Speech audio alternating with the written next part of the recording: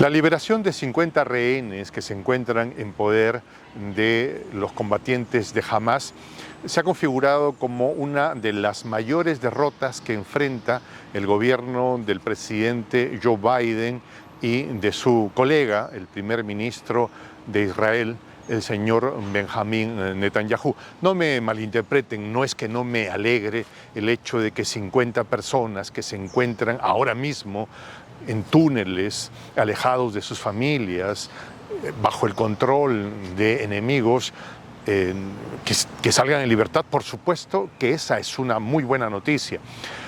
Sin embargo, necesitamos ver este asunto en mayor profundidad. ¿Y por qué digo que se trata de una de las mayores derrotas que sufre el gobierno de Biden, de Netanyahu y de todas aquellas llamadas, entre comillas, autodenominadas democracias occidentales? A ver, veamos las cosas en contexto. Y primero hay que definir qué es el neoliberalismo. De hecho, habrían muchas maneras de definir al neoliberalismo, pero yo voy a tratar de enfocarme en un espectro específico del mismo. El neoliberalismo es, por sobre todo, un fenómeno cultural que utiliza su poder de secuestrar la narrativa para de esa manera controlar territorios y de esa manera controlar la economía de los territorios a los que ha quitado la capacidad de su propia narrativa. En este punto hay que entender que el gran poder del neoliberalismo en el planeta era que nos habían convencido de que eran los chicos buenos de la película, que siempre hacían las cosas para el bien de todos. Sin embargo, los tristes, dramáticos y terribles eventos que se llevaron a cabo el 7 de octubre y a partir de entonces nos han puesto en un escenario en la que esa narrativa no solo ha sido puesta en cuestión, sino que ha saltado por 1000 pedazos, hecha trizas por los aires. ¿A qué me refiero? El 7 de octubre pasado, vimos con estupor cómo los combatientes de Hamás ingresaban a lugares donde estaban instalados los kibbutz israelíes, ¿no? Y llevaban a cabo una operación que dejó conmocionado a todo el mundo. Cuando se trata de civiles, todos nos tenemos que sentir conmocionados, ¿sí? Sin embargo, como respuesta a ella, vino una brutal respuesta que afectó sobre todo a los más vulnerables que viven en Palestina, específicamente en la Franja de Gaza. Y lo que quedó claro es que esta barbarie se llevó a cabo con la anuencia, con el permiso e incluso con la dotación en recursos logísticos hechos por Estados Unidos. Quedamos horrorizados todos los ciudadanos del planeta, sobre todo aquellos que vivimos en el sur global, como los más vulnerables de la Franja de Gaza literalmente están siendo exterminados por órdenes de los líderes neoliberales del planeta. Porque no solo fue el señor Netanyahu, hay que tenerlo muy claro. Fue Netanyahu acompañado por Biden y fue Netanyahu acompañado por los líderes de todas las llamadas democracias occidentales que se vendían como los chicos buenos de la película, como aquellos defensores de los derechos humanos. Pero nos dimos cuenta que en realidad son aquellos que no tienen ningún problema para llevar a cabo prácticas que terminan desapareciendo los derechos de los más afectados, de los que menos pueden defenderse en Gaza. Digo que la liberación de estos 50 rehenes significa la gran derrota de Biden, de Netanyahu y de todos sus amigos de las democracias occidentales, porque estos creyeron que usando el uso o abusando del poder militar que tenían, iban a lograr recuperar a los 240 rehenes que se encuentran en poder de Hamás. El hecho real es que no han considerado o no han conseguido liberar a uno solo de estos rehenes. Es una derrota, o sea, estratégica, militar, en todo sentido. Han llevado 2 portaaviones, han llevado lo más desarrollado y fino y tecnológicamente logrado, y no han logrado ni uno de los objetivos. El objetivo era liberar rehenes y no han logrado liberar tan solo a uno siquiera.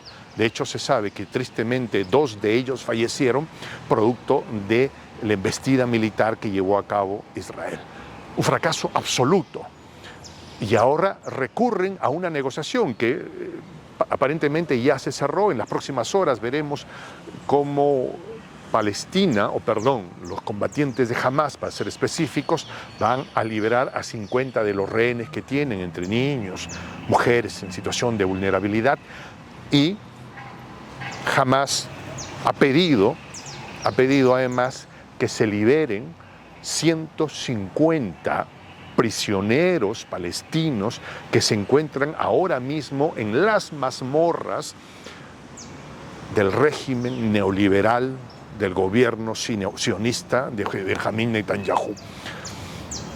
La gran victoria de Hamás, en este caso, tiene que ver con que ha logrado llevar al debate mundial el hecho de que habían niños y mujeres vulnerables sin juicio en las mazmorras del Estado sionista de Israel. Es algo que pasó antes del 7 de octubre, es algo que ha pasado históricamente desde hace 75 años y que habíamos ignorado y que habíamos visto de costado y que no habíamos querido ver. La gran derrota de Biden, de Netanyahu y de todas las llamadas democracias occidentales es que jamás ha llevado a la discusión, al debate, esta tragedia. Por supuesto, ellos, desde Hollywood, desde las posiciones en las que tenían muy cómodos, siempre trataron de ignorar esto. Creyeron que si es que ellos no lo coberturaban, si es que sus medios de comunicación no tomaban o no informaban, o que la poderosa industria cinematográfica no hacía películas de esto, no iba a existir. Y en realidad no existió. No existió durante todo el tiempo en el que esta gente estuvo en las mazmorras del Estado sionista de Israel, hasta que pasó lo que pasó. Y es una victoria para Hamás. Digo, un grupo armado con piedras, un trapo y un motor que vuela, han logrado poner en jaque a los poderes neoliberales más grandes del planeta. Pero no solo eso, comienzan a surgir preguntas, interrogantes inmensas. Todos hemos sido testigos, aterrorizados, indignados, diría yo, como un ministro del régimen sionista de Israel dijo, sin ningún tipo de rémora ni nada por el estilo, que no iban a tener ningún problema en utilizar la bomba atómica para acabar con la gente que estaba en Gaza. Ahí están los archivos en internet, cualquiera de ustedes puede buscarlo y lo va a encontrar. Y no solo se trata del obvio de que a esta gente no le importa ya la vulnerabilidad de estas personas, no, sino del reconocimiento de que sí tienen la bomba atómica. Y surge una pregunta, o varias en realidad. ¿Cómo es que así que tienes la bomba atómica? ¿No es que esto estaba prohibido, que iba contra el derecho internacional? ¿No es que por eso se había sancionado a países como Corea del Norte e Irán? ¿Por qué el gobierno sionista de Israel sí se le permite tener la bomba atómica? De hecho, hablaba de este tema al recordar las expresiones del presidente de Turquía, el señor Erdogan, quien le preguntó a Netanyahu, ¿es que si tienes la bomba atómica? ¿No es que estaba prohibido? La pregunta es, ¿cómo es que las democracias occidentales, tan apegadas a la letra, permitieron esto? La pregunta es, ¿cómo los países musulmanes, las petromonarquías, permitieron esto? Es una pregunta de la que no nos podemos librar. y la gran victoria de Hamás es que nos estemos haciendo este tipo de preguntas ahora. No tiene que ver con una victoria militar. Hamás siempre supo que no tenía ninguna posibilidad de hacer una guerra uno a uno, de igual a igual, con las potencias occidentales. Siempre supo que en una confrontación asimétrica, para Hamás la victoria era estar vivo el día de hoy, por ejemplo, no haber sido vencido, o sea, el no haber desaparecido. Para ellos una victoria es no haber desaparecido hoy. Esa es la gran victoria de Hamás. Y la gran victoria de Hamás es que nos atrevamos a hacer preguntas de lo que está pasando en nuestro planeta. De hecho, han surgido otras preguntas que es importante que tú y yo y todos nos hagamos. A ver, Israel, a partir del 7 de octubre, dijo que tenía el derecho a la legítima defensa después de los eventos de la ofensiva llevada a cabo por Hamás. ¿Sí? Sin embargo, no lo digo yo, lo dice la relatora de las Naciones Unidas sobre el tema. ¿Es posible convocar o invocar, es el término, ¿no? La legítima defensa? A ver, el punto es este, ¿sí?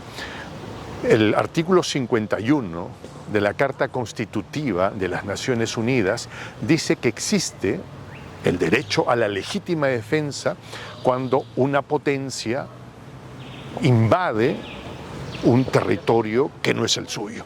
Entonces, el país invadido tiene el derecho a la legítima defensa, ¿sí? Existe un país que tiene mucho poderío militar y decide tomarse parte del territorio del otro porque se le ocurrió, entonces el que se siente vulnerado o el que ha sido vulnerado tiene todo el derecho de recurrir a la legítima defensa. Sin embargo, hay algo que es importante señalar. La potencia ocupante, la potencia militar ocupante, que controla territorios ocupados, no puede reclamar el derecho a la legítima defensa cuando los originarios ciudadanos, ¿no?, del país invadido intentan recuperarlo. O sea, no se puede. No se puede. Es decir, el que tiene derecho a reclamar la legítima defensa es aquel que ha sido invadido, al que ha sido vulnerado. Entonces la pregunta es, ¿Hamás llevó a cabo operaciones en territorio de Israel, en territorio de la Palestina? Bueno, en todo caso no tengo que decirlo yo porque finalmente se me pueden ocurrir cosas. Lo que hay que ver son las resoluciones de las Naciones Unidas que crea un Estado palestino y que crea un Estado de Palestina y un Estado de Israel y pone unas fronteras. Esas son las últimas reconocidas legalmente. Y de acuerdo a eso, los territorios donde estaban los kibutz, en los que se llevó a cabo la ofensiva de Hamás, son territorios pertenecientes a Palestina. Entonces la pregunta es, ¿cómo es que Israel dice invocar el derecho a la legítima defensa cuando está ocupando territorios que no le pertenecen y que Hamás, en todo caso, está llevando a cabo operaciones con la determinación de recuperar lo que le es propio? En todo caso es un debate que los neoliberales jamás quisieron que se dé. ¿Alguna vez vio que se desarrollaban este tipo de preguntas y argumentos en los medios neoliberales del planeta? Jamás, por supuesto, porque su negocio no es que se discutan las ideas, su negocio es que tú pienses como ellos quieren que tú pienses. La libertad debes ejercerla solo en la medida en la que te muevas en los parámetros que te han puesto. La gran victoria de Hamás es que este punto lo ha puesto en el debate público. Hamás probablemente será estudiado en los libros de historia como buenos o malos, no lo sé. Una guerra es una guerra.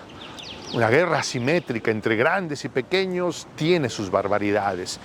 Probablemente trae lo más dramático, terrible e imperfecto del ser humano. Nada justifica la guerra. Y eso lo saben mejor que nadie los ciudadanos de la Palestina ahora mismo. Pero en todo caso, toda la humanidad tiene la responsabilidad de incorporarse a este debate, aunque no lo quieran tener los medios neoliberales del planeta. Todos debemos incorporarnos a este debate y reconocer que hay un pueblo pequeño que sufre y que lo único que quiere es vivir en paz.